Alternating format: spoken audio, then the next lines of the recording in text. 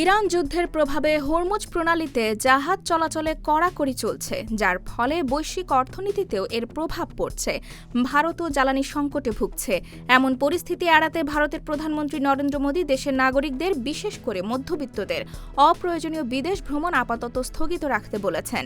এর মধ্যে পর্যটন ও বিদেশে বিয়ের আয়োজনও রয়েছে। মোদী বলেছেন, এ ধরনের ভ্রমণ অনিশ্চয়তার এই সময়ে ভারতের বৈদেশিক মুদ্রার রিজার্ভের উপর বাড়তি চাপ ফেলছে।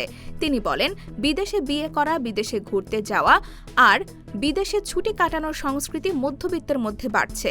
এই সংকটের সময় অন্তত 1 বছর বিদেশ ভ্রমণ পেছানো উচিত। যুক্তরাষ্ট্র ইরান যুদ্ধ ইতিমধ্যে ভারতকে বড় ধাক্কা দিয়েছে। তেলের দাম বেড়েছে, অপরিশোধিত তেলের সরবরাহ কমেছে এবং বৈশ্বিক জ্বালানি বাজারে অস্থিরতা বাড়ছে। হরমুজ প্রণালীতে উত্তেজনা বিশ্বের অন্যতম গুরুত্বপূর্ণ এই জলপথকে বিপর্যস্ত করেছে।